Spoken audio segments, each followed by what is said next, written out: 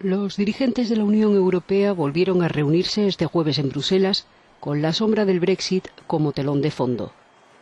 En el primer día de cumbre, la primera ministra británica, debilitada por su falta de mayoría parlamentaria, tendió una rama de olivo a los 27. El Reino Unido propone proteger los derechos de los ciudadanos de la UE que viven en territorio británico y ver protegidos los derechos de los ciudadanos británicos en Europa. La propuesta de Theresa May dará a los ciudadanos comunitarios que llevan viviendo en el Reino Unido 5 años o más los mismos derechos que a los británicos. Sin embargo, citando el Imagine de Lennon, un soñador presidente del Consejo Europeo se mostró esperanzado en que el Brexit no llegue a materializarse. Algunos de mis amigos británicos me preguntaron si era posible dar marcha atrás y si podía imaginar que el Reino Unido seguiría formando parte de la UE. Les dije que la Unión Europea se construyó a partir de sueños que parecían imposibles de alcanzar. Entonces, ¿quién sabe? Pueden decirme que soy un soñador, pero no soy el único. Who knows? You may say, I am a dreamer, but I am not the only one. Aunque los representantes de Alemania y de Francia dejaron claro que prefieren dejar de hablar del Brexit y centrarse en el futuro de la UE sin la presencia del Reino Unido, el primer ministro de Holanda instó a Londres a decidir lo que quiere. Es crucial que sepamos qué Brexit quiere el Reino Unido. Obviamente espero que encontremos alguna forma de que permanezca en el mercado interno comunitario, con la unión aduanera. Creo que sería beneficioso para el mercado laboral británico. Brexit significa Brexit, como le gustaba decir a la primera ministra británica. Pero un año después del referéndum, en medio de luchas intestinas en el Partido Conservador británico, seguimos sin saber lo que quiere decir realmente el Brexit en la práctica. Tanto, el FBI investiga las transacciones financieras en las que participaron el ex jefe de campaña del presidente Donald Trump, Paul Manafort, y su yerno Jeffrey Yohai. De acuerdo a informaciones del Buró de Investigación, Manafort invirtió en los últimos años en una serie de negocios inmobiliarios por millones de dólares. Las transacciones involucran la compra de apartamentos y casas de lujo en Nueva York y en California.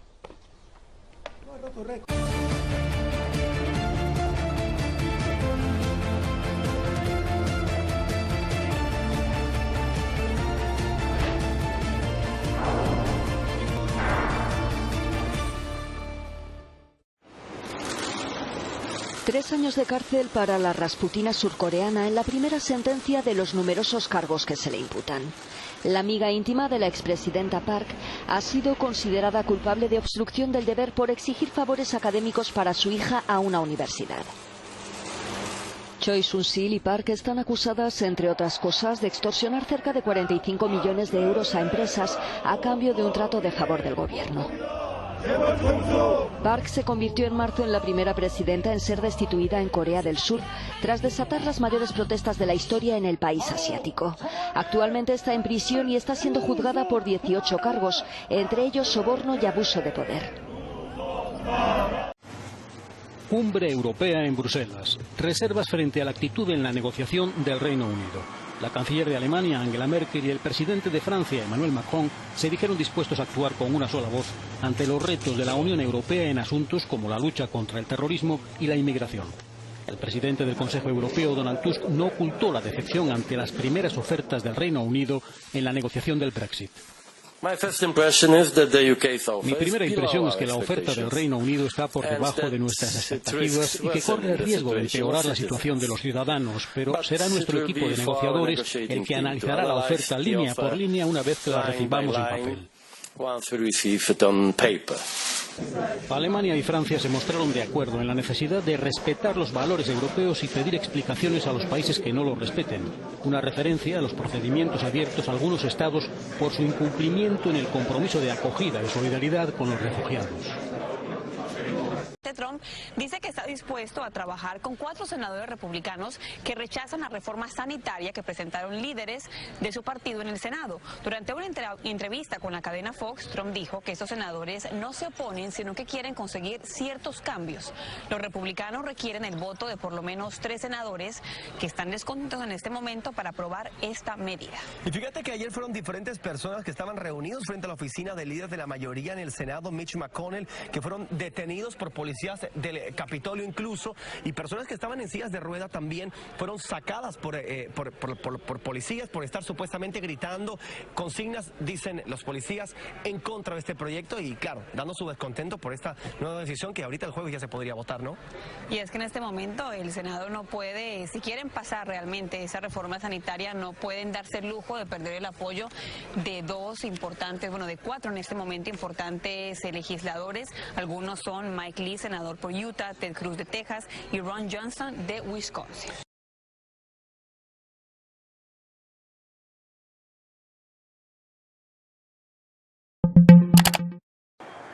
La primera ministra británica Theresa May aseguró que los ciudadanos europeos que residan actualmente de forma legal en el Reino Unido no serán expulsados con el Brexit. Ante el resto de líderes comunitarios reunidos en Bruselas, May también garantizó que todos aquellos que residan legalmente al producirse la desconexión de la Unión Europea tendrán la oportunidad de regularizar su estatus. Se trata de la primera cumbre europea a la que asiste May tras haber perdido su mayoría en las elecciones británicas y en ella la primera ministra desveló sus planes para los 3 millones de europeos que viven en el Reino Unido. May explicó que se concederá el estatus británico de establecimiento a cualquier ciudadano de la UE con 5 años de residencia en una fecha específica entre el momento de activación del artículo 50 para la salida del país y el momento efectivo de la marcha prevista para marzo de 2019. A estas personas se las tratará como si fueran ciudadanos británicos en lo que respecta a la asistencia sanitaria, la educación, las prestaciones sociales y las pensiones. Además, a cualquier ciudadano de la Unión Europea con menos de 5 años de residencia que llegue antes de una fecha de corte se le dará tiempo para quedarse hasta que cumpla esos 5 años para poder obtener el estatus británico de establecimiento.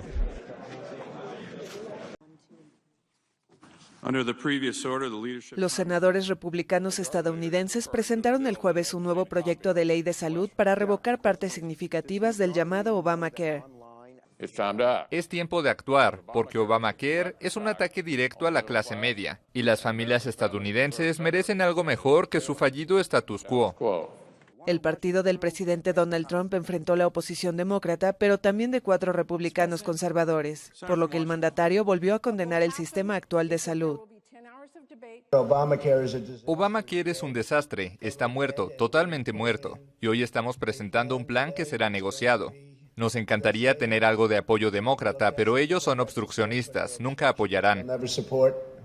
Manifestantes protestaron dentro y fuera del Congreso, denunciando que el proyecto atenta contra el Medicaid, el programa de salud para las personas de bajos recursos. Los senadores republicanos describen su propuesta como una versión menos austera de la que aprobó el mes pasado la Cámara de Representantes, que podría dejar a 23 millones de estadounidenses sin seguro médico. Sin embargo, el plan quitaría a los estados varios beneficios actuales como cuidado de maternidad y servicios hospitalarios.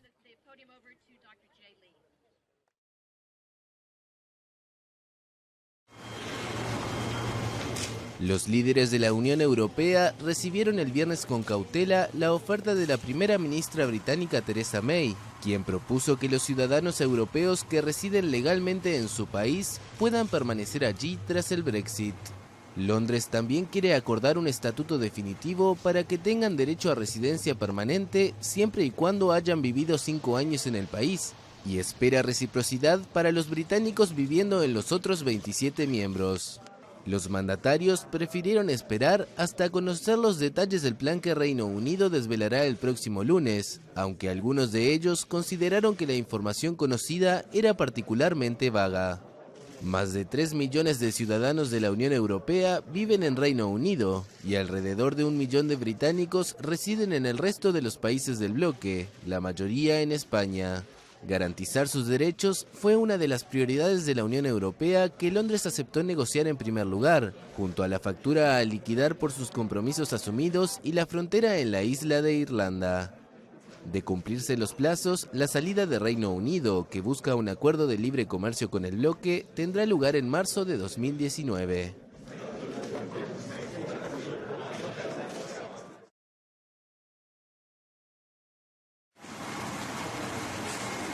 La oferta de Theresa May es insuficiente. A pesar de la buena voluntad de la Premier británica, su propuesta de conceder el estatus británico a los europeos que lleven 5 años residiendo en el Reino Unido ha sido recibida con tibieza desde las instituciones europeas. Jean-Claude Juncker ha dicho que es un primer paso, pero no es suficiente.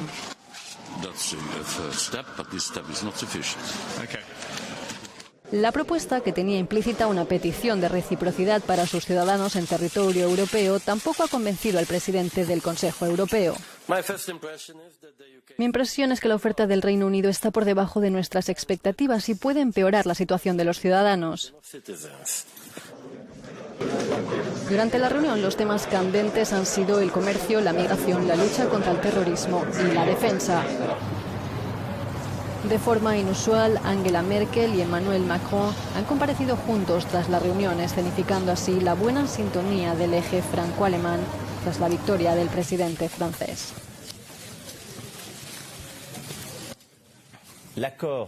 El acuerdo de colaboración entre Francia y Alemania es una condición necesaria para que Europa avance, pero no la única.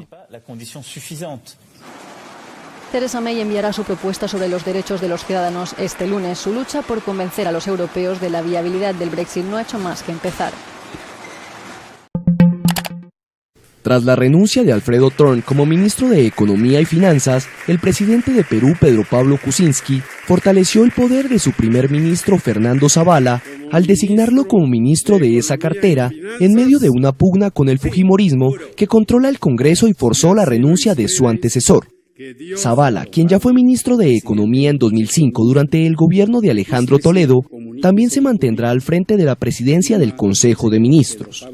Esta duplicidad de funciones fue destacada por Kuczynski, quien recordó a los periodistas que podía citar a varios casos en el pasado de primeros ministros que además han tenido a su cargo una cartera.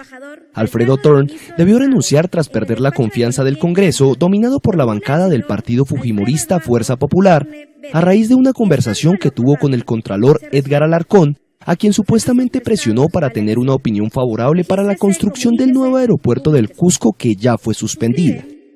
El ya exministro se convirtió en el cuarto miembro del gobierno en salir del gabinete en menos de un año, tras la censura en educación a Jaime Saavedra y las renuncias de Martín Vizcarra y Mariano González en transportes y defensa, respectivamente. En medio de la pugna entre el Ejecutivo y el Congreso, esta semana también fue interpelado el ministro del Interior, Carlos Basombrío, por las acciones de su despacho ante la inseguridad ciudadana y las actividades políticas de grupos vinculados a Sendero Luminoso. La situación de Basombrío deberá ser definida durante la próxima semana por el Parlamento, que decidirá si aprueba su presentación o plantea una moción de censura. Un año después de que el Reino Unido votara a favor de la salida de la Unión Europea, lo único cierto hasta el momento es la incertidumbre en un año marcado por atentados terroristas, elecciones anticipadas y el arranque de las negociaciones con Bruselas. Tras el revés que supuso para la primera ministra Theresa May perder la mayoría absoluta en unas elecciones en las que esperaba ganar con claridad, ha suavizado sus exigencias con respecto a un Brexit duro, aunque insiste en que no hay marcha atrás. May promete ahora humildad para suscribir un pacto con Bruselas que funcione para todo el Reino Unido y que cuente con el máximo apoyo ciudadano. La primera ministra dio recientemente un primer paso en esta dirección al anunciar que reconocerá los derechos de los europeos con 5 años de residencia. Activado el artículo 50 e iniciadas las negociaciones con Bruselas justo un año después del referendo, el Reino Unido ha comenzado a poner sobre la mesa los temas de interés como la seguridad en común y los derechos de los ciudadanos. La economía británica fue resistente tras el shock inicial y la fuerte depreciación de la libra esterlina contribuyó a un mayor crecimiento, impulsando las exportaciones. Sin embargo, la debilidad de la moneda ha comenzado a rebajar los resultados económicos y a pesar en la confianza y el gasto de los consumidores. El proceso debe concluir el 29 de marzo de 2019 y el acuerdo financiero del divorcio puede costar al Reino Unido hasta 100.000 millones de euros. Con una reunión bilateral, México y Uruguay avanzaron en sus esfuerzos encaminados a la profundización de su Tratado de Libre Comercio y tocaron temas de cooperación científica, cultural y educativa. El canciller mexicano Luis Videgaray y su homólogo uruguayo Rodolfo Nin Noboa, ambos recién llegados de la Asamblea General número 47 de la OEA en Cancún, encabezaron en la Ciudad de México la segunda reunión del Consejo de Asociación Estratégica México-Uruguay, tras lo cual firmaron un documento. En rueda de prensa, Videgaray señaló que el tema central fue la profundización del TLC, proceso que inició formalmente el pasado mayo, liderado por la Secretaría de Economía, y exaltó la importancia de Uruguay para su país. Para México, Uruguay es un aliado fundamental en nuestra relación con la América Latina. México es un país latinoamericano. Nuestro corazón, nuestra historia y nuestro futuro está en América Latina. De igual manera, Nin Noboa destacó la relevancia del TLC y dijo que Uruguay pretende ser un país de economía abierta al mundo para poder intercambiar libremente los productos nacionales sin barreras, ni para estos ni para el trabajo de los ciudadanos. Nosotros es un motivo de satisfacción. Digo esto porque el Uruguay pretende ser un país de economía abierta al mundo, donde podamos intercambiar libremente nuestros productos, donde no haya barreras para que el trabajo de los hombres y de las mujeres del mundo entero tenga dificultades para colocarse y para generar mayor bienestar. Además de la materia comercial, los cancilleres tocaron otros puntos como el diálogo político y la cooperación técnico-científica, cultural y educativa para ambos países.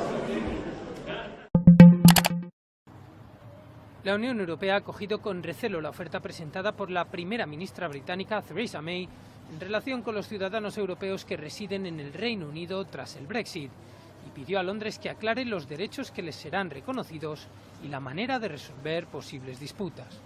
Los presidentes del Consejo Europeo Donald Tusk y de la Comisión Europea Jean-Claude Juncker se mostraron abiertamente críticos con las ideas adelantadas por May a sus homólogos europeos en la primera sesión de la cumbre.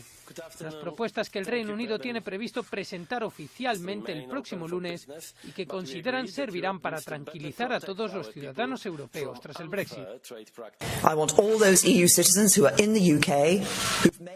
Quiero que todos los ciudadanos de la Unión Europea que están en el Reino Unido y tienen su hogar y sus casas en nuestro país, que sepan que nadie tendrá que marcharse. No veremos familias separarse. La gente seguirá viviendo su vida como hasta ahora. Theresa May avanzó el jueves algunos de los elementos de la propuesta, que plantea que el Reino Unido reconocerá el derecho de quedarse a los europeos que hayan residido de forma legal durante 5 años cuando llegue la fecha que se fije para la ruptura, mientras que los que no lleguen a 5 años podrán seguir en territorio británico hasta que puedan demostrar que han completado el plazo y disfrutar así de una residencia permanente. Al margen de hablar del Brexit, los líderes de la Unión aprobaron conclusiones sobre el comercio internacional que inciden en la necesidad de mantener mercados abiertos, instrumentos de defensa comercial para mejorar la capacidad de la Unión Europea de combatir la competencia desleal, y discutieron las diversas formas de frenar los flujos migratorios por el Mediterráneo central y la defensa frente al terrorismo.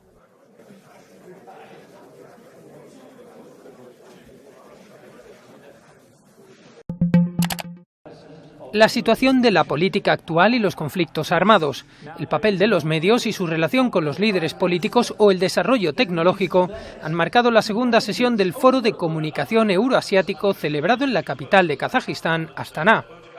En su 14ª edición, el foro, que cada año reúne a expertos, políticos, economistas y líderes de opinión de más de 60 países, debate este año bajo el lema Escenario para la búsqueda del mutuo acuerdo temas de alcance global como el desarrollo sostenible, factores de estimulación de la inversión o el concepto de la economía ecológica. La primera sesión plenaria de hoy, Los cambios en el orden mundial construyendo puentes o muros, contó con la participación de personalidades como el expresidente de la Comisión Europea, José Manuel Durão Barroso, o el exsecretario de Energía de Estados Unidos y exembajador estadounidense ante Naciones Unidas, Bill Richardson.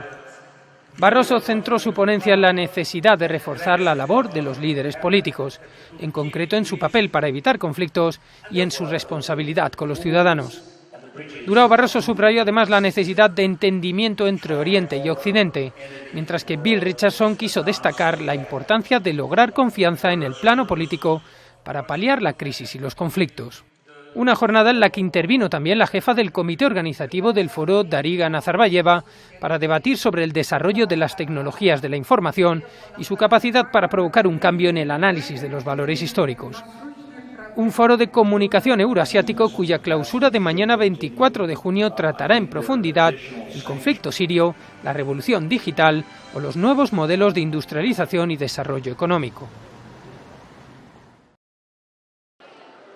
Estados Unidos dará un trato justo a las inversiones chinas en su país, según se comprometió Wilbur Ross, secretario de Comercio norteamericano. En un discurso dirigido a cientos de inversionistas chinos en una recepción organizada por la Cámara General de Comercio de Estados Unidos, Ross apreció la gran participación de la delegación china en la cumbre de inversiones de Select USA este año, diciendo que era la delegación más grande de China con 155 participantes. Espero que mis colegas, miembros del gabinete y magnates de negocios que hablaron en la conferencia les hayan dejado claro que si ustedes invierten aquí, serán tratados con justicia y respeto. El Departamento de Comercio ayudará a los inversionistas chinos a transitar ante cualquier problema potencial con otras agencias federales, estatales o locales. Las empresas chinas hicieron inversiones récord en 2016, hasta por $46 mil millones en el país, el triple de lo realizado en 2015. Significa también un incremento de 10 veces en comparación con 5 años atrás, según un informe publicado conjuntamente por el Grupo Rhodium y el Comité Nacional de Relaciones Estados Unidos-China. Ross dijo que la relación entre el gobierno chino y el gobierno estadounidense se ha vuelto muy cercana y muy amistosa desde que el presidente chino Xi Jinping y el presidente estadounidense Donald Trump se reunieron en Florida en abril pasado. A 40 días, las dos partes han sido capaces de encontrar soluciones concretas a ciertos temas en comercio agrícola, pago electrónico, energía y servicios financieros. Ambos países están muy interesados en resultados concretos a corto plazo, no en discusiones interminables. En la cumbre de inversiones Select USA, el ministro de Asuntos Comerciales de la Embajada de China en Estados Unidos, Su Hong, reconoció que el plan de acción de 100 días tuvo un buen comienzo para fortalecer la cooperación económica bilateral. Con información de la oficina en Washington, D.C., Estados Unidos, Noticias Xinhua. Javier Tello, ¿cómo estás? Muy buenos días. Buenos días. ¿Qué nos traes para hoy, Javier? Pues el pleito precisamente entre Trump y Comey y Mueller, el nuevo fiscal que está investigando, que creo que hay que entenderlo en un contexto un poquito más amplio, más allá de las particularidades del caso, de sus virtudes, precisamente porque si lo entendemos en un contexto más amplio es más fácil entender por qué la gente sigue apoyando a Trump, no obstante la seriedad de las acusaciones. Y creo que tiene que ver con tres cosas que este caso ilustra. Primero, la crítica de Trump en contra del pantano de Washington, que fue parte de lo que lo llevó a la Casa Blanca. Bueno, si alguien ha vivido en ese pantano toda su vida con gran éxito, es James Comey y Mueller. Los dos. Además son abogados. Si hay una especie del pantano que es, bueno, particularmente hábil, digamos. Hábil y dueña del pantano son los abogados, y ellos dos son clásicos abogados washingtonianos. En segundo lugar, yo diría que otra de las cosas que llevó a Trump a la presidencia es su pleito con la élite y lo que la élite representa y su arrogancia y su distancia del pueblo, etcétera. Bueno, si alguien es élite, es Comey y Mueller, en todos los sentidos. Entonces, al criticarlos, lo que está haciendo Trump es más que criticar su caso y el contenido de las acusaciones, es criticar esa élite que es algo bien visto en su electorado. Y finalmente, otra de las cosas que ha hecho Trump es criticar al experto que se dice dueño de la razón y que según él se equivoca una y otra vez y que es arrogante y que impone sus decisiones al pueblo americano, etcétera.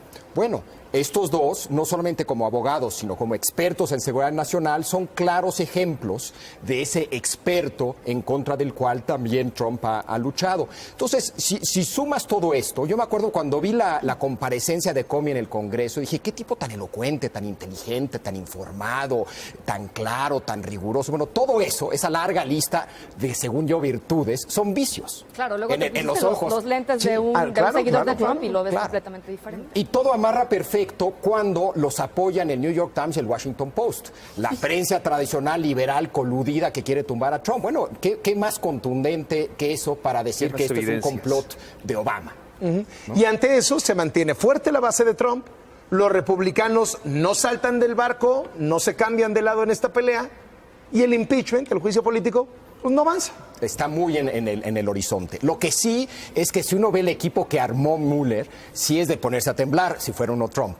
Tiene expertos en fraude y crimen organizado, tiene uno de los grandes penalistas de todos los tiempos de Estados Unidos y tiene alguien que trabajó en el equipo de Watergate.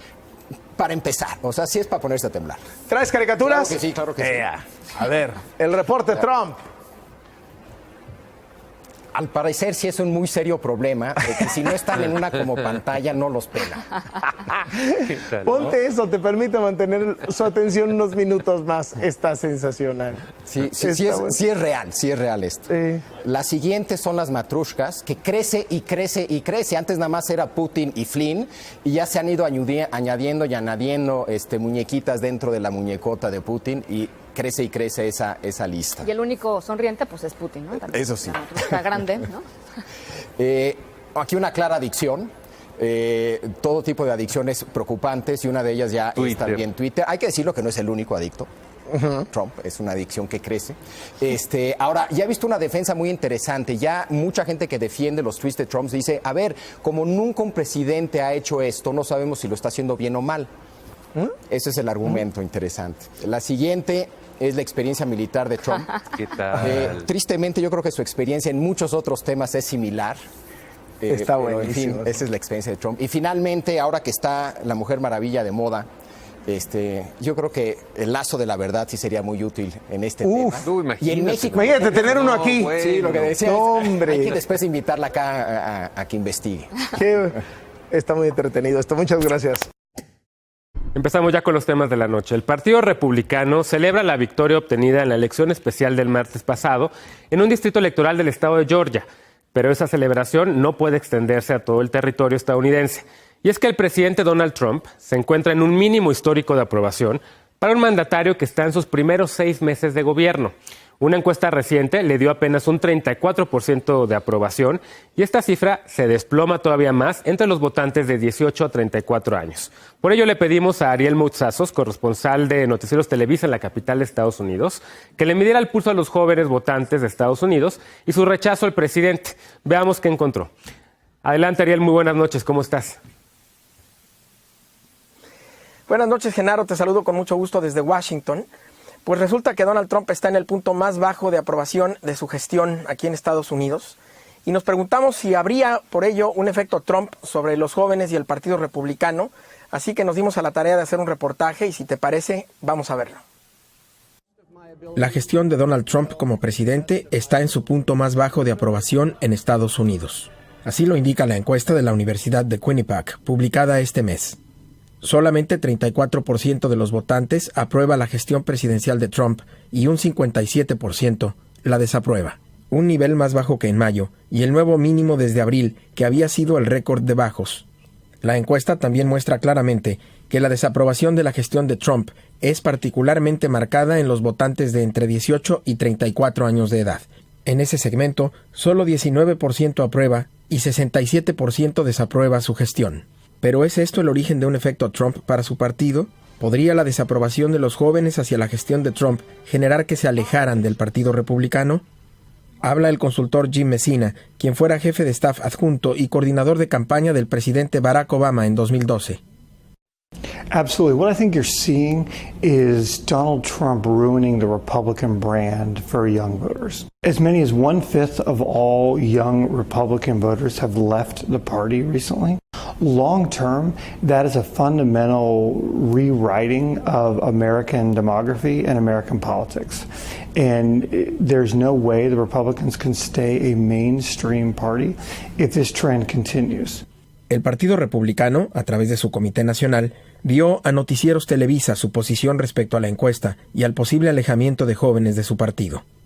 Los millennials componen una de las poblaciones más grandes y diversas en nuestro país, y su voz es crítica para nuestra democracia.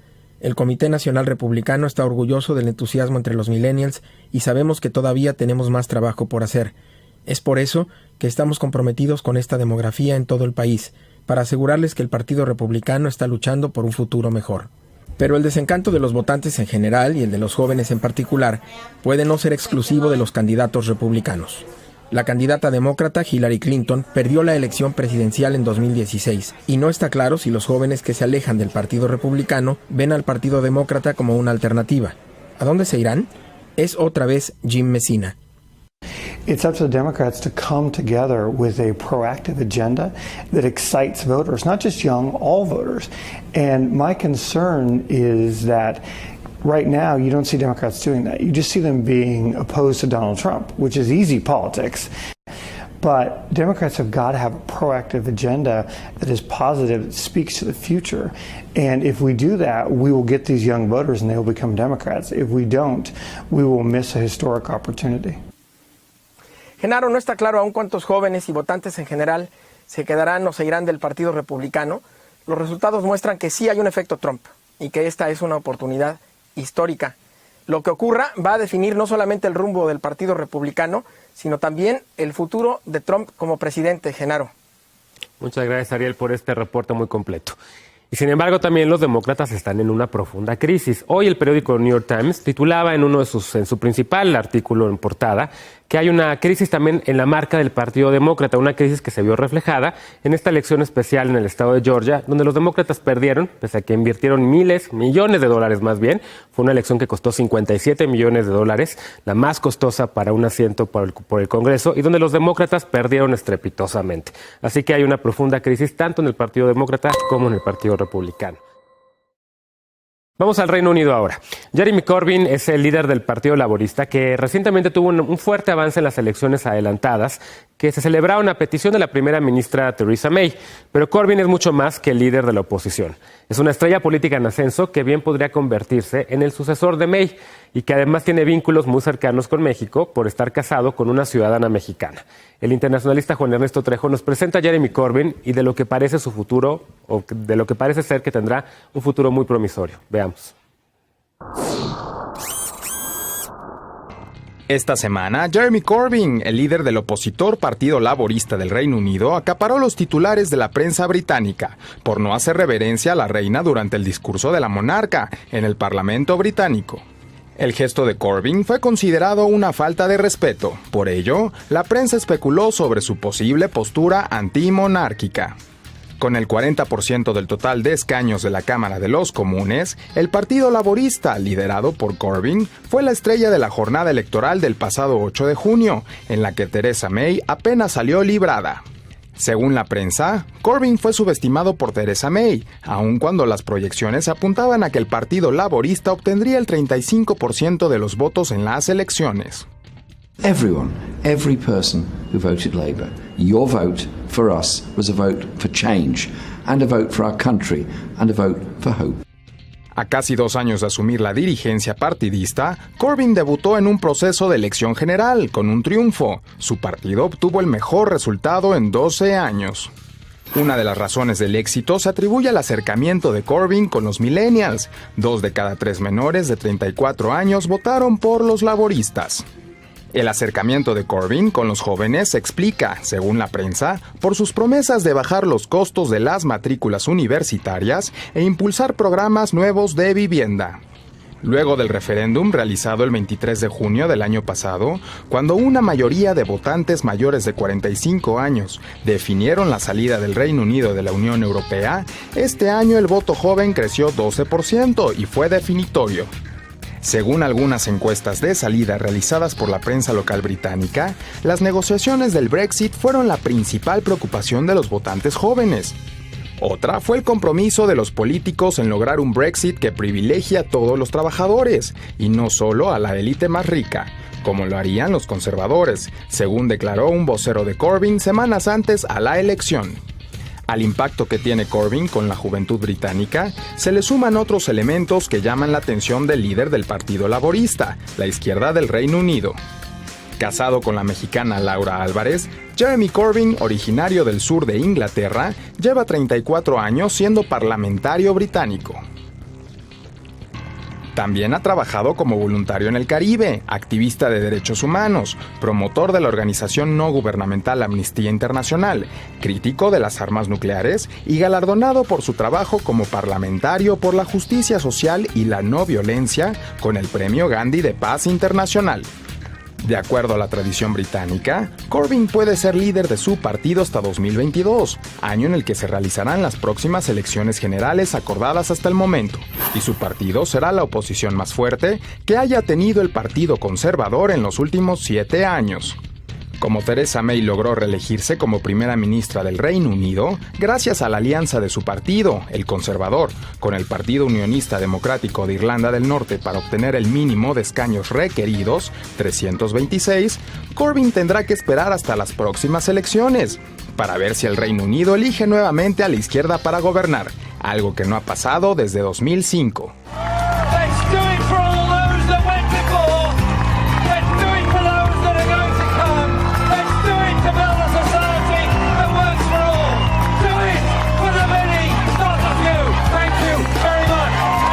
Para Foro Global, Juan Ernesto Trejo. Pues ahí está, Jeremy Corbyn es sin duda uno de estos personajes globales, un hombre que está dando de qué hablar en todo el mundo. Y aquí en Foro Global te hemos ido presentando a lo largo de las últimas semanas y los últimos meses realmente perfiles distintos sobre este tipo de personajes. Hay varios sobre Ivanka Trump, sobre Justin Trudeau, sobre Robert Mueller, sobre Sebastian Kurz, uno sobre Emmanuel Macron y ahora Jeremy Corbyn. Y te invito a ver estos perfiles en el sitio de noticieriostelevisa.com en la sección de Foro Global. Ahí puedes ver los episodios pasados completos o los trabajos del equipo de Foro Global de manera individual, incluidos estos perfiles.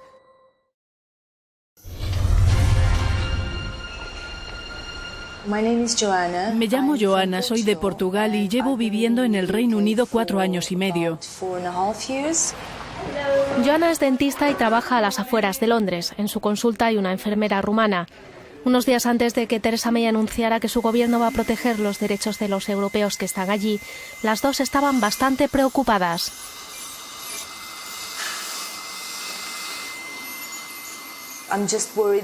Estoy preocupada por las condiciones de vida.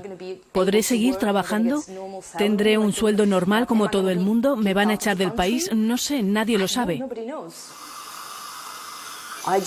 Acabo de comprar una casa justo antes del referéndum del Brexit y no sé qué tengo que hacer ahora, porque incluso si quisiera volver a Portugal, no sé lo que tendría que hacer porque ahora los precios de las casas están bajando y si vendo mi casa me encontraría en una peor situación financiera.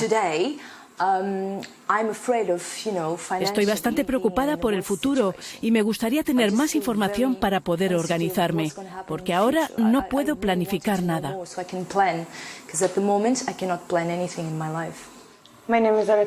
Yo me llamo Alexandra y llevo viviendo en el Reino Unido 4 años y medio. Tengo la intención de quedarme aquí, pero al mismo tiempo tengo miedo porque no sé qué va a pasar. Por ejemplo, si me voy de vacaciones, a la vuelta me podrían impedir entrar porque no tengo ningún visado y no podemos demostrar que hemos construido algo aquí, así que podría pasar que no nos dejaran volver.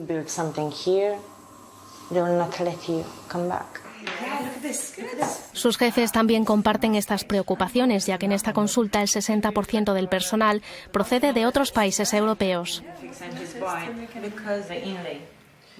Hemos sido muy privilegiados hasta ahora porque no hemos tenido obstáculos para contratar, no hemos tenido problemas con la legislación ni con las condiciones de trabajo, pero ahora todo va a cambiar y no sabemos muy bien qué va a pasar, así que rezo para que las cosas no cambien. La situación de los europeos que trabajan en el Reino Unido y de los británicos instalados en otros países de la Unión está en el centro de las negociaciones del Brexit. Un asunto crucial para numerosos sectores que dependen de mano de obra europea. El sector de la construcción teme perder hasta 200.000 trabajadores cualificados y no cualificados si se endurecen las leyes británicas sobre inmigración.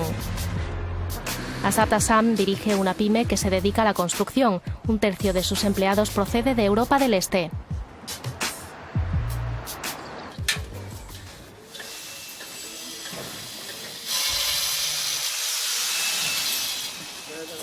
Florin viene de Rumanía, tiene un contrato fijo porque trabaja muy bien, es muy hábil y por eso le hemos ofrecido un contrato de 3 años. Su familia sigue allí, tiene una mujer y un hijo y su intención es instalarse aquí.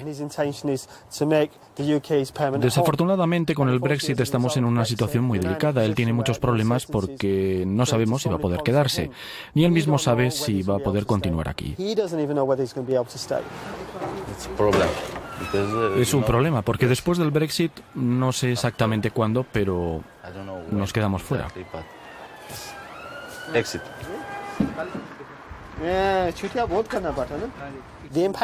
El impacto ahora es que no podemos aumentar nuestra fuerza de trabajo tanto como nos gustaría. Si ponemos anuncios en los periódicos británicos, no obtenemos respuesta. Nadie quiere ser electricista, nadie quiere ser carpintero, nadie quiere ser albañil como Florin. Y sigue recibiendo muchos pedidos, pero el Brexit, asegura Assad, amenaza a la empresa que dirige con su mujer.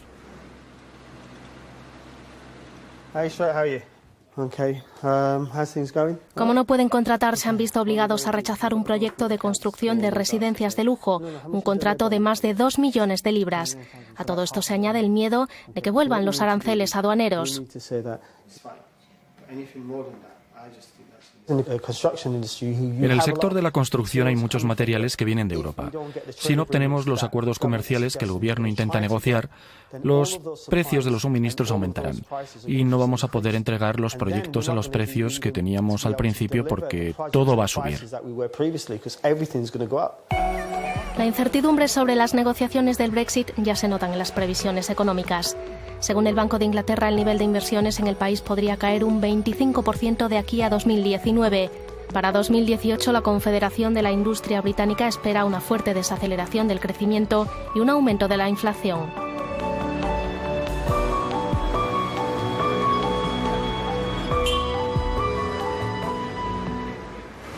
Y continúa la depreciación de la libra esterlina que provocó el referéndum, una ventaja para los exportadores, pero un golpe duro para los importadores. Tom y su hermano fundaron hace 4 años esta fábrica de cerveza a las afueras de Londres.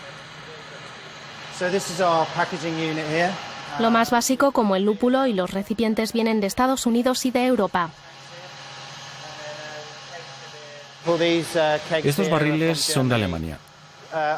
Después del voto del Brexit pasaron de 60 libras por barril a 70, es decir, 10 libras más. Teníamos 2.500 viniendo en barco en ese momento, así que usted misma puede hacer las cuentas. Pero no se desaniman y están decididos a hacer todo lo posible para seguir creciendo.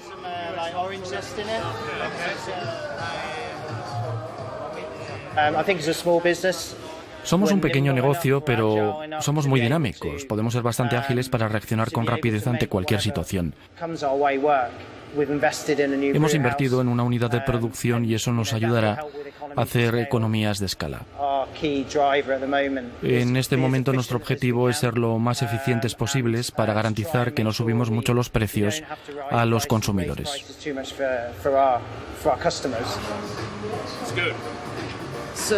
Así que todavía vale la pena seguir haciendo cerveza en el Reino Unido con el Brexit. Sí, la gente sigue bebiendo, incluso cuando hay un periodo de incertidumbre y se deteriora la economía. Así que tenemos que seguir dando de beber a la gente. Estamos seguros de poder satisfacer sus necesidades, pase lo que pase con todo este lío del Brexit.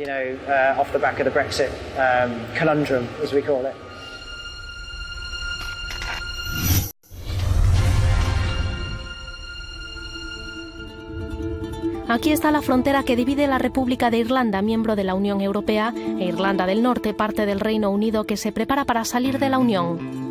Irlanda del Norte será la región más afectada por el Brexit. Aquí la vida parece pacífica y próspera, pero ¿seguirá siendo así? Los vecinos de una parte y otra de la frontera protestan contra el Brexit.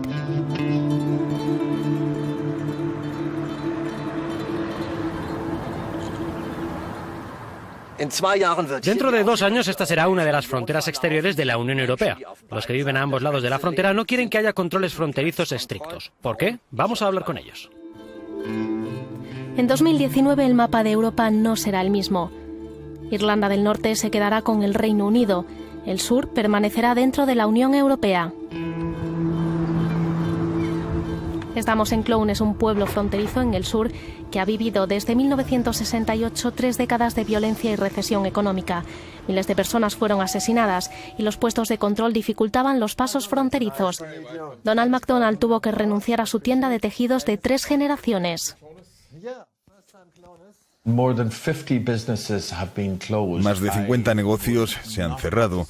No me gustaría que volviéramos a la misma situación, con estas barreras que anulan las relaciones, los sentimientos de esperanza y confianza por las decisiones políticas proteccionistas tomadas por el Reino Unido.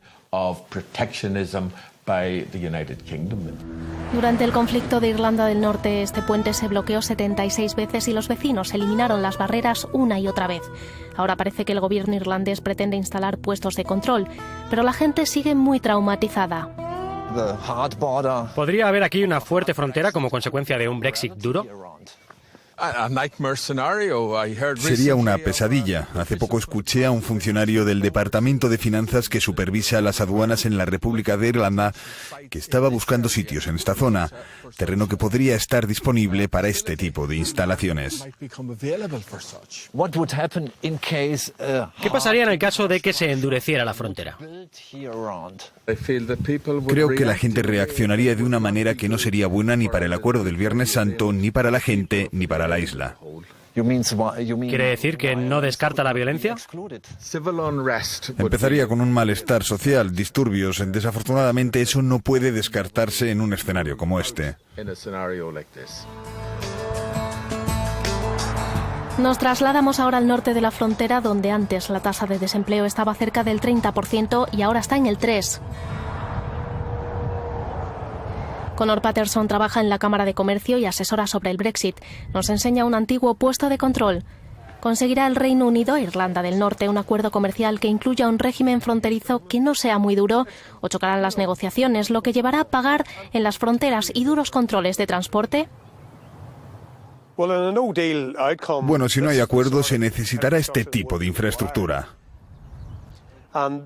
Y esta zona tiene una historia muy violenta relacionada con las fronteras, ya que es una barrera para la libre circulación de mercancías y de personas.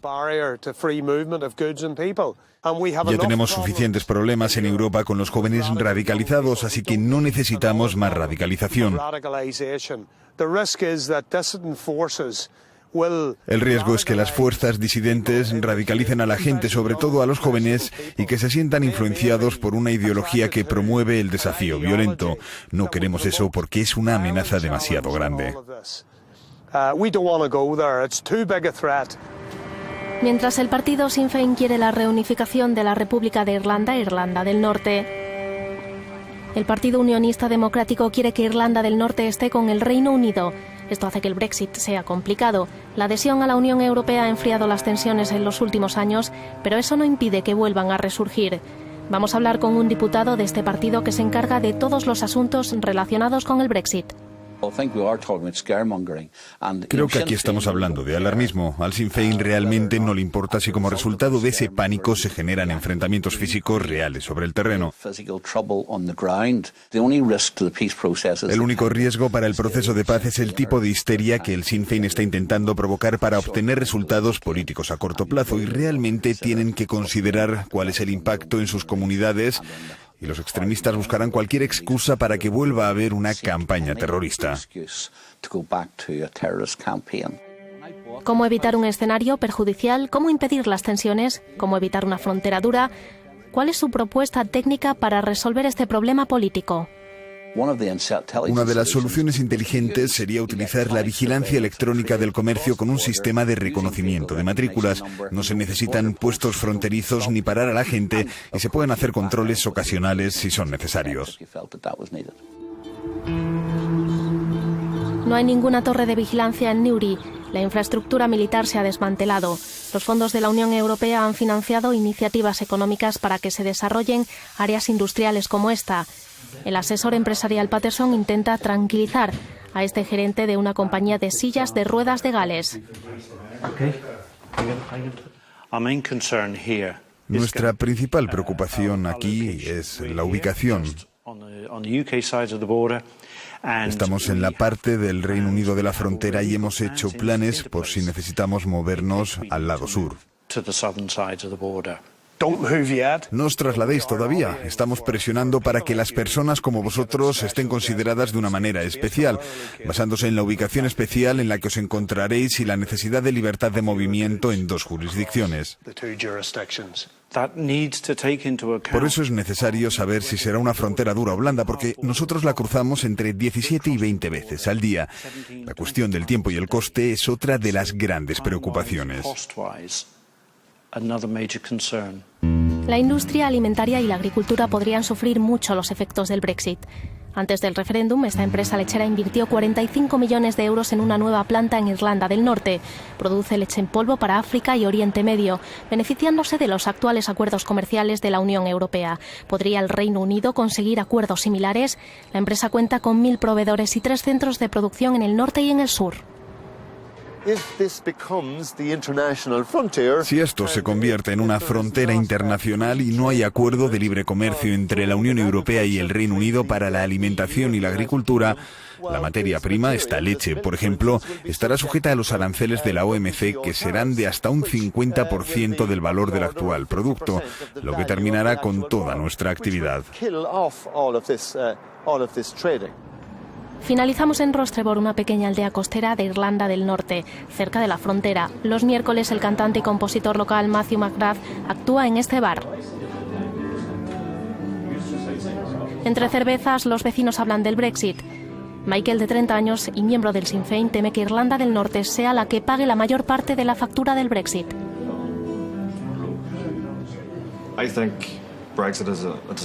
Creo que el Brexit es un desastre política, económica y socialmente. Nadie sabe lo que tenemos por delante y el hecho de que los británicos nos hayan sacado de la Unión Europea es casi criminal. Una completa locura. Espero que sea un Brexit suave, muy suave.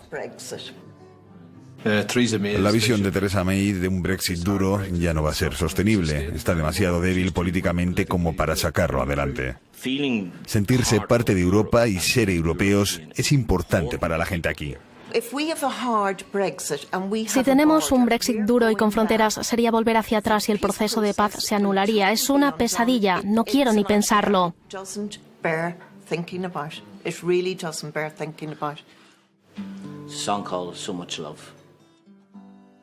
Why does it take so much hate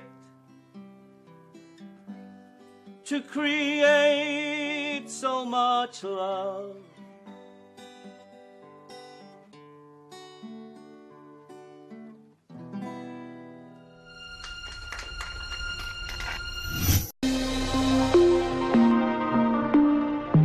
Esta fue una semana complicada para los precios del petróleo. 4% es el saldo a la baja en toda la semana.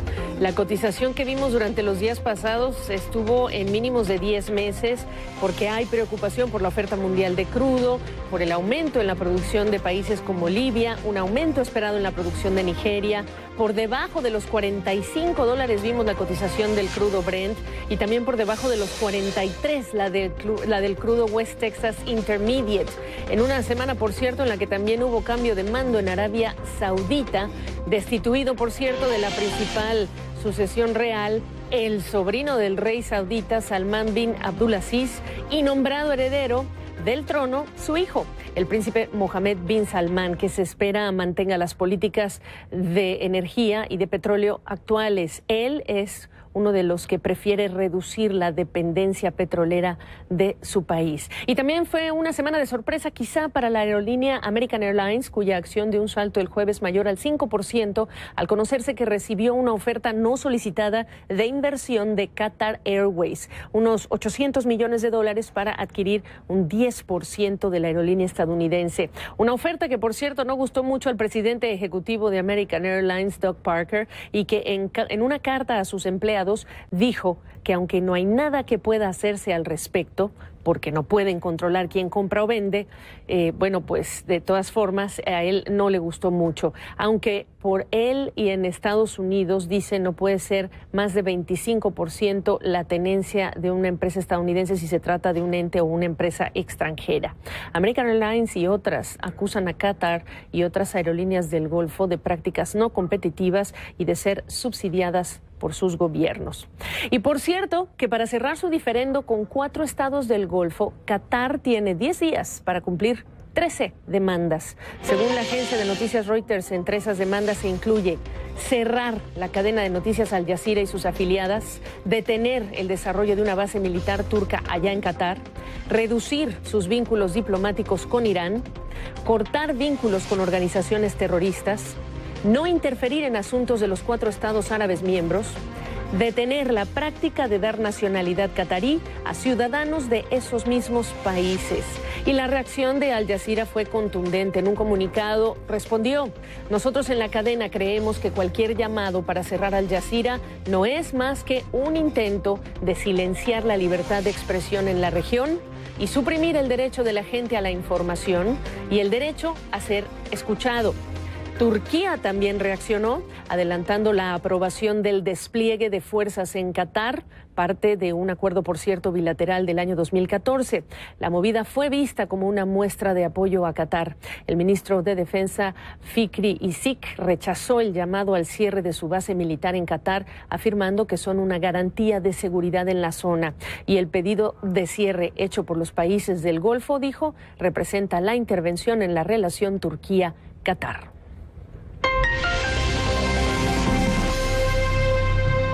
Estamos ahora con el profesor e internacionalista Mauricio Meshulam, a quien le agradezco en viernes que nos vengas a poner todo esto en perspectiva, Mauricio. Y para entender este episodio, hablemos entonces primero de la rivalidad de fondo que hay entre Arabia Saudita y Qatar, que se ve más geopolítica que nada, porque Arabia Saudita y Qatar son sunitas. Punto muy importante, muchos piensan que este tema es sobre todo un tema religioso y hay que entender que aquí se trata de una competencia y rivalidad que tiene muchísimos años. Sobre todo la parte más importante es Arabia Saudita, el gran líder sunita de la región, y Qatar, podríamos hablar de ese pequeño hermano, pero que viene creciendo y que viene creciendo con muchísima fuerza, sobre todo con mucha liquidez, o sea, mucha cantidad de dinero disponible para ir paulatinamente ocupando cada vez más espacios que se empiezan a abrir, sobre todo tras la primavera árabe y tras los vacíos que esa serie de manifestaciones y protestas en todo el mundo árabe empiezan a generar. Qatar va a financiar movimientos, muchas veces son diferentes a los que financia Arabia Saudita, en otras ocasiones son directamente opuestos a quienes financia Arabia Saudita. Y entonces, durante la primavera árabe, ¿qué es lo que empezamos a ver para distinguir exactamente esos bloques que están armándose?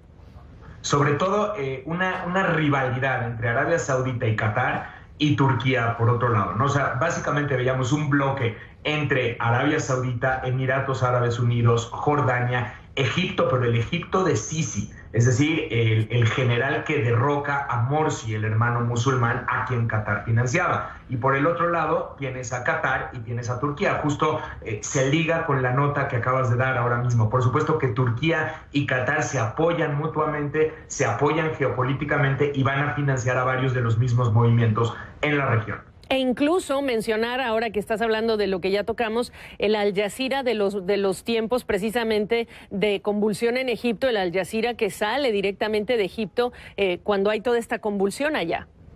Claro, porque hay que entender que además del poder material que le da el dinero a Qatar, tiene este otro poder suave a través de esta importante cadena de noticias que es financiada por el gobierno qatarí y que además va a tener un enorme eco entre la calle árabe. Recordemos tiempos de manifestaciones, protestas. Al Jazeera era en buena medida su voz, la voz de la gente que salía a la calle a manifestarse. Y ese es precisamente uno de los temores que le da a gobiernos como el saudí o gobiernos como el de Emiratos Árabes Unidos, cuando están viendo que la gente se manifiesta en las calles y que Al Jazeera, un instrumento, así lo ven, un instrumento del gobierno qatarí, está dando voz a los sectores populares. Entonces justamente ahí viene también en parte la demanda de que hay que cerrar Al Jazeera si quieren restablecerse las relaciones entre Qatar y sus vecinos. Ahora, incorporemos la posición estadounidense, porque otra vez, estos son dos países aliados. El presidente Trump estuvo por Arabia Saudita. Hace poco nosotros también reportamos la compra de aviones de Qatar a la estadounidense Boeing, un acuerdo que de hecho ya se había anunciado desde el año pasado. La posición estadounidense en este momento con estos dos aliados. Para Estados Unidos en realidad el tema es muy complicado, y lo digo más allá de los tweets que pueda colocar Donald Trump por ahí. En realidad la posición estadounidense es delicada porque tiene intereses militares, estratégicos y económicos tanto con Arabia Saudita y vecinos como con Qatar y como con Turquía, un miembro de la OTAN, entre otras cosas. En Qatar específicamente, Estados Unidos tiene una base militar que es considerada la segunda más importante de toda la región, y el Departamento de Defensa, encabezado por Mattis, ha sido muy claro en expresar que no va a haber movimiento alguno de esa posición estadounidense en Qatar. Pero por otro lado, pues también hay que conciliar los intereses porque Arabia Saudita es otro gran aliado de Estados Unidos. Entonces, en realidad se trata del enfrentamiento entre grandes aliados de Estados Unidos, y por lo tanto Estados Unidos está buscando mediar entre esta disputa. Ahora, dentro está el tema de la mediación, pero también están las 13 demandas, que para muchos, de cumplirse, pues simplemente exacerbaría una situación que de suyo es tensa. ¿Y cuánto va a desincentivar a Qatar a mantener esa aspiración geopolítica? Es la gran pregunta. Como posición inicial de fuerza para negociar, pues se ven demasiado ambiciosas, pero ¿qué sí ves a Qatar aceptando? Mira, revisando las propuestas es complicado, porque se le está haciendo una serie de demandas que es imposible para Qatar cumplir. Yo te diría que Qatar posiblemente pudiera cortar ciertos lazos con algunas de las organizaciones referidas, por ejemplo, con Hamas en Palestina, o sea, en Gaza, por ejemplo, con Hezbollah en Líbano, o por lo menos de manera limitada. Difícilmente Qatar va a cortar todos sus lazos diplomáticos, lazos económicos con Irán, pero posiblemente podría moderar esos lazos. ¿Sí me explico? No va a cerrar Al Jazeera, pero también se le está haciendo la exigencia de que cierre otros medios de comunicación financiados por el gobierno qatarí. Posiblemente Qatar accedería a por lo menos moderar su financiamiento a algunos de esos medios de comunicación. Vamos, es complicado porque a Qatar se le está colocando prácticamente contra la pared. De hecho, Qatar, la manifestación que Qatar hace es que esa no es ni siquiera una postura inicial de negociación. O sea, no es una base para empezar a negociar, porque las demandas son enormes. Lo más breve que puedas, la posición como reacción iraní, ¿qué anticipas? Bueno, Irán obviamente entre más discordia pueda sembrar en la región, más va a sacar partido de esta circunstancia. Entonces, Irán ya está apoyando a Qatar, le manda alimento, le está mandando comida y le ha manifestado que quiere seguir sus lazos económicos. Entonces, Qatar también es una estrategia que puede estar utilizando, es decir, la válvula de escape iraní como contramedida por si las negociaciones no rinden frutos. Es el profesor Mauricio Meshulam, internacionalista. Qué bueno tenerte para darnos perspectiva. Gracias. Muchísimas gracias, Gaby. Un saludo. Igual.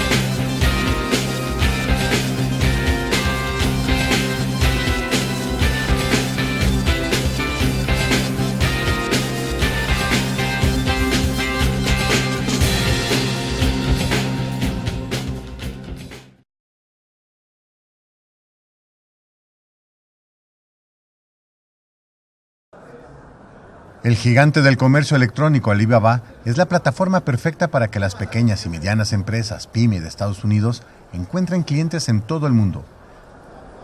Alibaba presentó su Gateway 17, exposición llevada a cabo en Detroit del 20 al 21 de junio, para el cual se vendieron los 3.000 boletos a las pymes de todo el país, superando ampliamente los 1.000 programados originalmente. Más de 100 empresas locales de Detroit y más de 600 empresas de todo Michigan asistieron a la conferencia.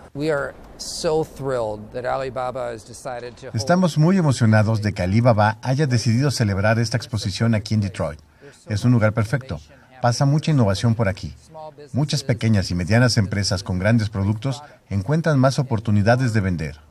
Durante una reunión con el presidente de Alibaba, Jack Ma, el martes, Brian Calley dijo que el estado de Michigan planea abrir su primer sitio oficial en el extranjero en Tmall, una de las plataformas comerciales internacionales de Alibaba. Creo que por medio de esta plataforma nuestras empresas encontrarán nuevos clientes en todo el mundo. Va a crear más demanda y por lo tanto más puestos de trabajo en Detroit, en Michigan y en el país en su conjunto. La idea de dar a las empresas estadounidenses el acceso al mercado chino es un paso importante para profundizar la relación entre los dos países. El mercado chino es enorme y las empresas estadounidenses podrían encontrar cientos de millones de clientes potenciales en el otro lado del globo. Con información de la oficina Michigan, Estados Unidos, Noticias Xinhua. Más de un centenar de jóvenes de comunidades rurales al norte y Caribe sur de Nicaragua, que cultivan cacao con un sistema agroforestal, venderán su producto a una de las cadenas de supermercados más reconocidas de Bélgica. Los 134 jóvenes entre las edades de 15 y 30 años han cultivado 0,7 hectáreas de cacao cada uno, 93,8 en total, y comercializarán su producto con la cadena Colruyt después de transformarlo en chocolate u otros productos. Los integrantes del proyecto prevén que para noviembre próximo exporten a Bélgica al menos 12 toneladas, con un costo de $35.000 por tonelada. La venta de cacao transformado será posible gracias a un acuerdo entre jóvenes productores de 17 comunidades. Ese organismo entregó insumos y asesoró a los jóvenes para el cultivo de cacao, como parte del proyecto denominado La Juventud Sí Puede. El proyecto, que se inició en 2015 y concluirá el próximo año, está valorado en $275.000 y se ha ejecutado en un 45%. Para el 2018, el grupo espera incrementar la exportación a 27 toneladas y así sucesivamente hasta alcanzar las 30 toneladas en 2021, cuando acabe el convenio con el supermercado.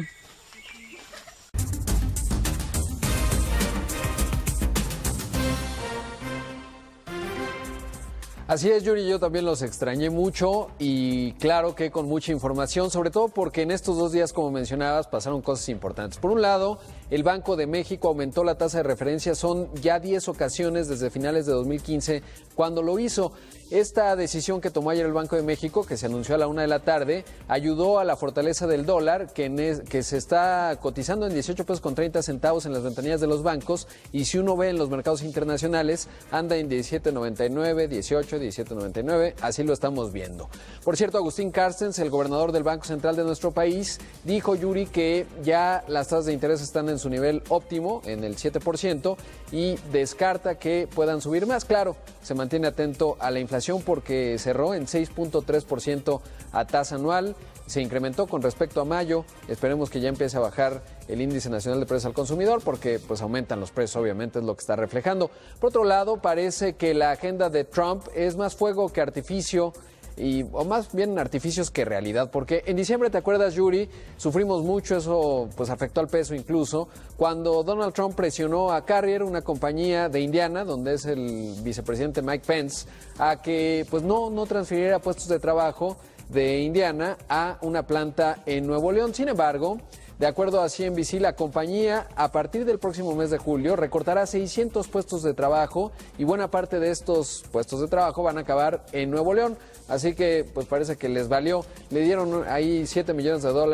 Donald Trump le prometió a Carrier. Yo creo que no se los dio porque finalmente están tomando sus decisiones. Por otro lado, te cuento, Yuri, en temas de tecnología, Facebook cambió su lema por primera vez en 10 años. Anteriormente, su lema era hacer al mundo más abierto y conectado. El nuevo lema que propuso Mark Zuckerberg es dar a las personas el poder para construir comunidad y acercar al mundo, porque se ha dado cuenta que la sociedad cada vez está más polarizada. Ya ves que está también con una cruzada contra las fake news o las noticias falsas y buscando que haya más contacto entre las personas. De hecho, esto es parte del mensaje que dio Mark Zuckerberg, ahora que además ya va a tener 2.000 millones de usuarios mensuales, prácticamente poco menos de un tercio de la humanidad, pues alguna vez al mes visita su Facebook, y esto dijo Mark Zuckerberg. You know, we need to give people a voice to make sure that we can get a diversity of opinions out there. But we also need to help build enough common ground so we can all move forward and make progress together. We need to help stay connected with the people we already know and care about. But we also need to meet new people with new perspectives too. Y qué importante, Yuri, cuando veas a alguien con quien, bueno, tú normalmente lo haces, cuando no estás de acuerdo con alguien, dale follow en Twitter o hazlo amigo en Facebook, porque es importante tener pues ideas contrastantes para tener una buena discusión, siempre con apertura. Y siempre con respeto, ¿no? Exacto. Cuando es con respeto y con inteligencia y con sensatez, pues adelante. Muchas gracias, mi querido Rodrigo Pacheco. Yuri. Nos vemos al rato. Imagen Noticias con Yuridia Sierra, lunes a viernes 2 p.m. Participa en Imagen Televisión. Durante una rueda de prensa ofrecida en Quito, la firma brasileña Odebrecht aseguró que busca tomar un nuevo camino lejos de las prácticas que la llevaron a ser acusada de corrupción en toda Sudamérica. A través del abogado a cargo del plan de saneamiento ético de la firma, Michael Munro, la constructora pidió perdón al pueblo ecuatoriano en repetidas ocasiones y aseguró que está dispuesta a poner en marcha un plan de restitución por todos los errores cometidos. El abogado recalcó que Odebrecht busca cambiar la percepción que se ha generado sobre ellos tras el escándalo y espera poder recuperar la confianza de los países latinoamericanos. Para conseguir esto, Munro expuso el plan de 10 puntos delineado en los últimos meses para corregir la extensa corrupción que afectaba a la compañía, asegurando que la empresa ha sufrido un cambio drástico. Ante una pregunta sobre la suma global de sobornos que pagó la empresa y que ha sido calculada en torno a los $900 millones por distintos medios, negó conocerla y pidió esperar a los abogados y equipo de transparencia.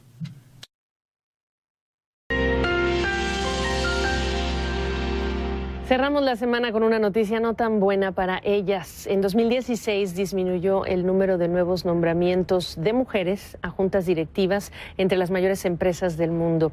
Me refiero a las 500 empresas más grandes de la revista Fortune. Cuando se esperaba entonces que la paridad en lo que era paridad de género en la junta directiva de las empresas se alcanzara en el año 2024, las cifras más recientes indican que podría alcanzarse 8 años después. Un estudio de la empresa de búsqueda de talento ejecutivo Heidrick & Struggles explica que la tendencia de crecimiento de otros años se detuvo en 2016. El año pasado, mujeres fueron nombradas para el 27,8% de los asientos disponibles en las juntas directivas. Asientos que quedaron vacantes o que fueron agregados. Es un 2% menos que el año previo. Los expertos encargados del estudio se mostraron sorprendidos, sobre todo en tiempos que están abundando conversaciones en todo tipo de foros sobre la importancia de la diversidad, lo que indicaría que puede existir el compromiso, pero quizá no hay suficiente diversidad en el propio universo de candidatos que están disponibles. Una ganancia positiva: aumentó el porcentaje de ejecutivas hispanas, en particular en compañías de productos de consumo o empresas minoristas, y en empresas tecnológicas, donde un 40% de nuevos directivos son mujeres. Ya nos vamos, gracias por haberme acompañado. Yo soy Gabriela Frías. Es viernes, a descansar. A bordo de este cohete y desde la India fue lanzado al espacio el primer satélite construido íntegramente en Chile, lo que ha supuesto un hito histórico para el país austral. Mientras, en este laboratorio en Chile, donde trabaja el equipo de científicos de la Universidad de Chile a cargo del Suchai, vivieron con euforia la recepción de las primeras señales emitidas por el vehículo espacial desde la órbita terrestre. La emoción ya de confirmar que funciona bien y que también todo lo que hemos estado aquí implementando también funciona bien. Es bonito ver que todo lo que se ha hecho, lo que hemos hecho como grupo, da frutos. La India lanzó con éxito al espacio al Suchai, en un cohete en el que eran transportados otros 30 aparatos de 14 países. Alex Becerra, jefe del proyecto Suchay. Bueno, desde el lanzamiento, ver que los CubeSats se desplegaron fue una alegría, y ahora que luego de las primeras pasadas sobre Chile nosotros logramos escuchar algo, y además la comunidad de radioaficionados también nos ha reportado escuchas a lo largo del país, estamos muy emocionados porque comprobamos que el satélite no solo se desplegó, sino que también funciona correctamente. Pese al éxito de los primeros pasos, Becerra fue cauteloso y señaló que el nanosatélite aún se puede enfrentar a varios peligros. Allá en el espacio, bueno, a las condiciones ambientales que hay, mucho calor estando frente al sol, bajas temperaturas estando en la sombra, a colisionar quizás con algún tipo de basura espacial que haya, también a partículas de alta energía que puedan dañar los circuitos del satélite. Tras la alegría inicial, el equipo centrará sus esfuerzos en evaluar el estado del vehículo espacial. O sea, en el mediano plazo yo creo que es comunicarnos, afirmar el tema de la comunicación, y luego empezar a descargar datos de los experimentos que lleva a bordo, y ojalá en el que consideramos el mayor éxito nosotros, descargar una fotografía que el satélite puede tomar allá arriba. El proyecto del minisatélite ha costado unos $300,000 y tiene dos finalidades: formar a los estudiantes y realizar experimentos.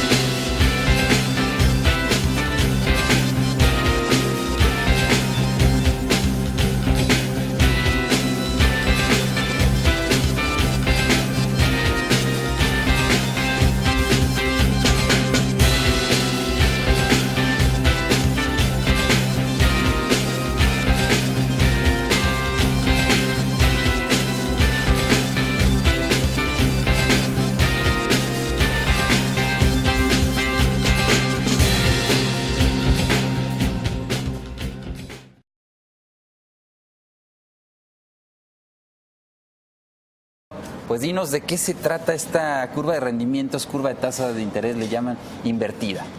Bueno, mira, si ponemos las distintas opciones de un instrumento, por ejemplo, valores gubernamentales, a distintos plazos, pues en México tenemos toda la gama, ¿no? Desde un día de inversión hasta 30 años.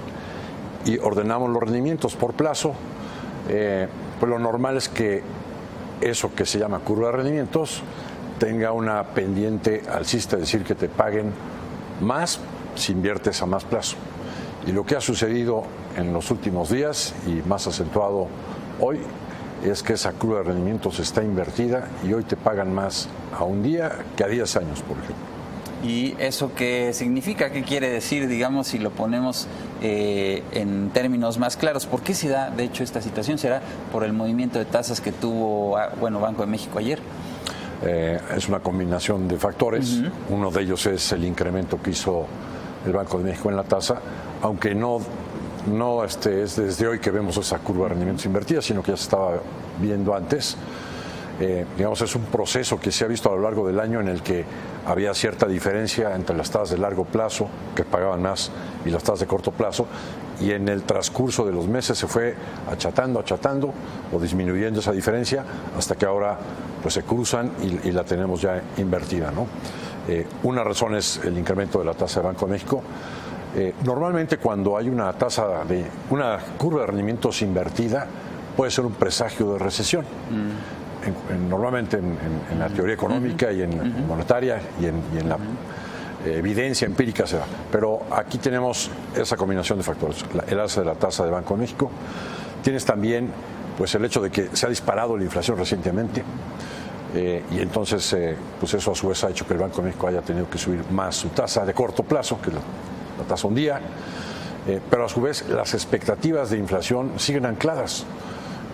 A pesar del dato de inflación que se dio a conocer hace unos días, ¿no?, de 6.30, las expectativas para el 18 pues, están más bien abajo del 4%, y esto genera que las mismas expectativas sobre las tasas pues hagan que muchos traders actúen. Y entonces, pues digamos que la expectativa más generalizada es que probablemente el alza de las tasas de interés llegó aquí, o a lo mejor un cuarto punto más adelante, pero es muy probable que hacia finales del año entrante veamos un ciclo a la baja en la tasa de Banco de México, y esto puede dar como consecuencia que las tasas de largo plazo bajen. Los mercados se anticipan, ya lo están viendo desde ahora, ¿no? Eso me lleva a preguntarte cuánto tiempo duraría esta curva invertida. Duraría lo que resta del año, supongo, y empezaría a moverse conforme el Banco de México empiece a bajar su tasa de interés. Sí, mira, desde luego que si de repente hay un sobresalto, por ejemplo, en la negociación del TLC, es probable que las tasas de largo plazo se disparen, y entonces la curva de rendimiento quede plana más que invertida, ¿no? O sea, no se puede descartar eventos de volatilidad todavía. Pero si no ocurrieran estos, más bien si las cosas fueran bien, y tanto en el TLC como en la cuestión de la reforma fiscal de Trump, que no fuera tan agresiva como la está planteando, y que la evolución económica y de la inflación en México sean favorables, la curva de rendimiento puede seguir invertida varios meses, ¿no? Pues qué bueno que nos lo aclaras, porque efectivamente una curva de rendimientos invertida siempre es presagio de malas noticias, y en este caso no necesariamente es así. Es lo que quisiera destacar, que en este caso no es un presagio de recesión, sino más bien es una circunstancia coyuntural. También hay que apuntar que la tasa de largo plazo en Estados Unidos ha bajado en lugar de subir. Claro. Y aún con la baja que hemos tenido de tasas en pesos de largo plazo, el spread sigue siendo muy alto, no tan alto como estaba hace unos meses, va a estar a 500 puntos de diferencia, pero pues ha bajado de 470 a 450 en los últimos días, y pues, sigue siendo un spread muy alto, ¿no? Muy bien, Ernesto, pues te leemos el lunes en el Financiero. Vamos a escribir con más detalle de esto exactamente. Víctor. Gracias, buen fin de semana. Hasta luego. Una vez más, el escenario técnico para el oro está madurando. Udo, bienvenido de nuevo. El escenario técnico para el oro está madurando de nuevo. ¿Por qué? Apostamos en el oro por razones fundamentales, pero ahora el escenario técnico está más optimista porque tuvimos una importante ruptura por encima del promedio móvil de 200 y de 50 días en el gráfico diario. En el gráfico semanal, el oro también superó la línea semanal de 200 y 250. Por lo tanto, el escenario técnico comenzó a recuperarse, como podemos ver en este gráfico de la US Global Investor. Es posible que esos niveles sean probados de nuevo, pero tenemos una señal, y las razones por detrás de eso podrían ser las elecciones en Francia, la cuestión de Corea del Norte, el Brexit y la guerra en Siria y Afganistán. Entonces, todavía hay temas macro importantes para los precios del oro. También es necesario destacar que en términos de las variables fundamentales, todavía tenemos la cuestión de la impresión de dinero. Además, este año tuvimos un pequeño aumento de las tasas de interés de la Fed, pero también tuvimos $1 billón en compras por bancos centrales occidentales, que corresponden a una tasa anualizada de $3,6 billones. Creo que eso sigue siendo uno de los principales factores para el aumento de los precios del oro. En los últimos 16 años, el oro estuvo al alza en todas las monedas principales, aunque solo por 2 años, cuando el metal estuvo un poco más débil. Creo que el movimiento más interesante fue con respecto a la libra el año pasado, ¿verdad? Sí, el año pasado tuvimos un aumento de casi 30% por causa del Brexit. Cuando hay problemas con la moneda, el oro siempre es una buena reserva de valor y una buena cobertura para dilución del papel moneda, que tal vez no sea la mejor forma de almacenar valor. Sí, el oro es la mejor opción. Hablamos sobre monedas, pero ¿cómo anda el rendimiento rendimiento del oro frente a las otras commodities, como por ejemplo el petróleo. Bueno, el escenario técnico para el oro ciertamente ha mejorado, pero nuestro motivo para apostar en el metal a largo plazo es que el mismo cada vez más se usa en los países del BRIC para intercambiar sus flujos del mercado de petróleo. Los grandes exportadores de petróleo como Arabia Saudita, Irán y Rusia venden la commodity a China, que ya no usa más dólares estadounidenses para pagar la cuenta. China ahora comenzó a usar el yuan y los exportadores del petróleo comenzaron a cambiarlo por el oro. La Bolsa de Valores de Oro de Shanghái se inauguró hace 2 años atrás, en 2014, y desde entonces el oro se ha valorado frente a los precios del petróleo. 2014 fue un punto crucial cuando el mercado del petróleo comenzó a negociar más con el oro. El precio del oro en la época era de 12 barriles por onza y ahora está a 24 barriles por onza. Además de eso, la demanda de petróleo está aumentando, lo que también debe poner en cuestión los prospectos para la relación entre el dólar estadounidense y el petróleo, que está perdiendo fuerza, porque los exportadores que recibían en dólares por el petróleo compraban inmediatamente títulos del Tesoro. Además de eso, en este próximo slide, nosotros podemos ver que la demanda por los títulos del Tesoro está cayendo en estos momentos, lo que muestra que los exportadores de petróleo comenzaron a cambiar su renta por oro. ¿Eso significa que el oro en términos de moneda es suficiente para cubrir el mercado del petróleo? Bueno, ese es el problema.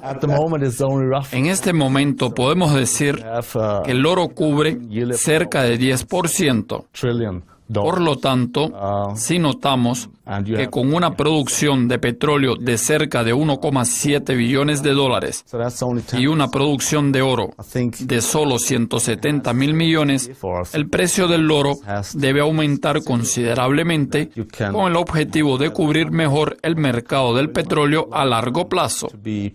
Además de eso, el mercado de valores del Tesoro también es muy pequeño en estos momentos con respecto al mercado del petróleo. La siguiente diapositiva muestra el tamaño del mercado del petróleo en relación a los mercados del oro y de otros metales. El petróleo sigue siendo el gorila del mercado de las commodities, pero el oro ha empezado a mejorar el rendimiento desde 2014 y esa tendencia parece que va a continuar. Como ya mencioné antes, la demanda por títulos del Tesoro estadounidense se ha desplomado, especialmente tras 2014, cuando el oro empezó a mejorar en relación con su rendimiento frente al petróleo, incluso considerando la caída del petróleo. Sí, creo que también tuvimos un problema con el GDXJ cuando se suspendió el trading, ¿verdad? ¿Cuál es su opinión sobre la relación entre el oro y las acciones de empresas mineras de oro, especialmente los ETF del GDXJ? En mi opinión, el año pasado, las acciones del oro tuvieron una tremenda recuperación, especialmente las Smart Cap, que prácticamente se duplicaron en comparación con los precios del oro. Ahora estamos pasando por una consolidación de esas acciones de empresas mineras de oro en que invertimos. Pero algunos de esos ETF todavía recibieron flujos muy fuertes como activos bajo gestión y no fueron capaces de colocar ese dinero en esas Smart Cap que ya habían crecido demasiado para invertirse. Eso hizo que la gente se diera cuenta que esos ETF del GDXJ tal vez no fuesen tan juveniles y que tal vez tuviesen que comprar acciones de mid cap y large cap que no están cubiertas por el fondo de índices. Creo que para invertir en esas interesantes cap es necesario hacerlo directamente o comprar un fondo de stock picker. Está bien, y ahora hablando sobre eso, usted eligió un fondo. Si recuerdo bien, usted habló sobre Klondex el año pasado, ¿es cierto? Sí, mi empresa productora canadiense Wesdome, la cual ha salido muy bien, y ese es el tipo de empresa que nos gusta. Lo mismo vale para Klondex, que recientemente, como sabemos, tuvo una corrección más fuerte que Wesdome, tal vez por causa del GDXJ y de la nieve en las montañas rocosas en Nevada. Pero los niveles están muy interesantes de nuevo. Fantástico. Udo, muchas gracias por conversar con nosotros y buena suerte con el stock picking. Gracias. Señoras y señores, hablamos con el gestor de fondos de Sonare Nature Resource, Udo Sutilueti. Como ustedes oyeron, el escenario técnico para el oro está madurando e invertir en empresas mineras de oro directamente o en un fondo stock picking como el de Sonares sería una buena idea. Soy Jochen Steiger, directamente desde Ginebra, en una sociedad entre Commodity TV y Dukescopy TV. Gracias por vernos y hasta luego.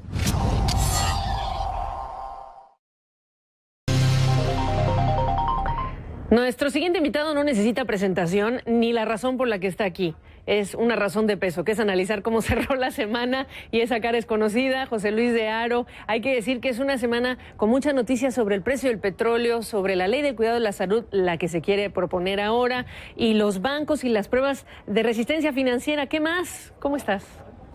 Pues aquí estamos, Gaby, como ves, aquí los operadores ya se han ido a comenzar el fin de semana, pero nosotros nos quedamos con los tres sectores que bien has mencionado. Comenzamos con el sector de la salud. Cerraba la semana con subidas del 3%, hoy caía ligeramente alrededor de un 0,2% después de conocer esos detalles sobre la propuesta de la reforma de salud presentada el jueves por el Senado. Tenemos que estar muy atentos a qué es lo que va a ocurrir en las próximas semanas y si realmente veremos una votación en este sentido. Pero el sector que quizá ha marcado la semana ha sido el sector energético. Hemos visto cómo el barril de West Texas cerraba la jornada en los $43,01 el barril. El sector energético también repuntaba ligerísimamente tras 4 jornadas consecutivas de caídas, pero es importante resaltar, Gaby, que los valores energéticos aquí en Estados Unidos se dejan ya $200.000 millones en capitalización bursátil desde que comenzamos el año. Estamos hablando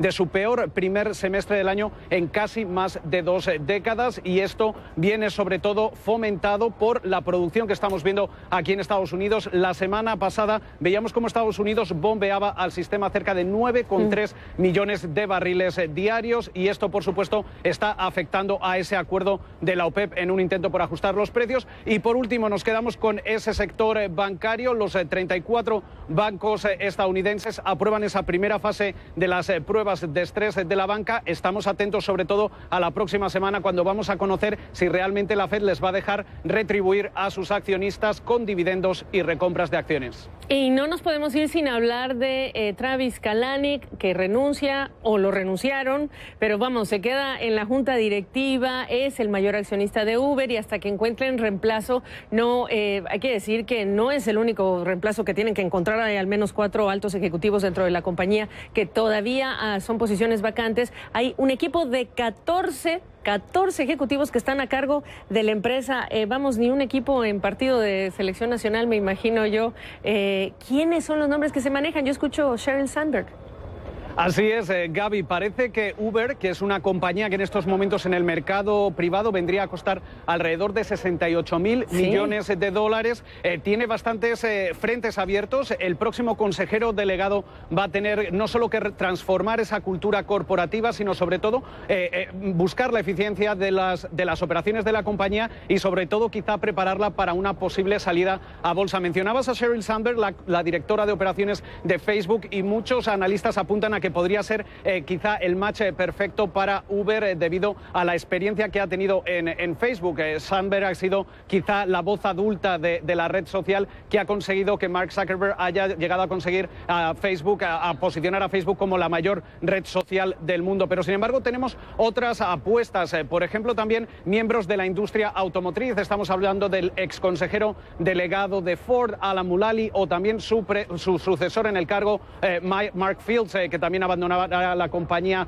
próximamente. Y sobre todo hay quien dice que Uber es una compañía tecnológica, con lo cual debería apostar por un consejero delegado que tenga experiencia en este sentido. Ahí entran en juego la consejera delegada de YouTube o quizá Marissa Mayer, que ha dejado ya Yahoo y está buscando trabajo. Exactamente, Marissa Mayer está buscando trabajo. Ese divino debate de empresa tecnológica o empresa de transporte. Oye, bueno, combinemos las dos cosas para hablar de nuestro siguiente tema, siendo viernes. Hablemos de películas, pero ojo, que no son las que te encanta ver con Netflix ni streaming. Hablemos de la pantalla grande y un estreno que parece ya fue muy deslucido. Es creo que la quinta entrega de Transformers. Así es, parece, Gaby, que no está teniendo demasiada suerte, por lo menos aquí entre la audiencia de Estados Unidos. La película ha recaudado poco más de 23 millones de dólares. Donde parece que sí lo está haciendo relativamente bien es en China, donde ha recaudado alrededor de 47,9 millones de dólares en los primeros días del estreno y está sentando la base para una recaudación que supere los 100 millones de dólares en el primer fin de semana de estreno internacional. Pero como bien comentabas, parece que esa nueva entrega de Transformers no está calando hondo entre la audiencia. Tampoco lo hacía The Mummy durante la pasada semana. Y yo me quedo con una cinta que puede ser quizá el blockbuster del verano. Es Wonder Woman. Ha recaudado ya más de 517 millones de dólares y quizás sea la gran apuesta para este verano en los cines estadounidenses y en los cines globales.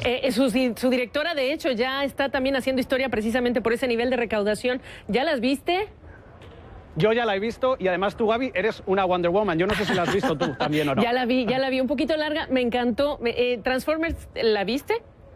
No, no tengo intención de verla. Yo me quedo con las series de Netflix que se me siguen acumulando, Gaby, este fin de semana. Bueno, pues en la pantalla grande no lo veremos a José Luis de Haro, pero sí estará viendo cosas de Netflix. Buen fin de semana, gracias por estar aquí hoy. Muchas gracias a ti, Gaby.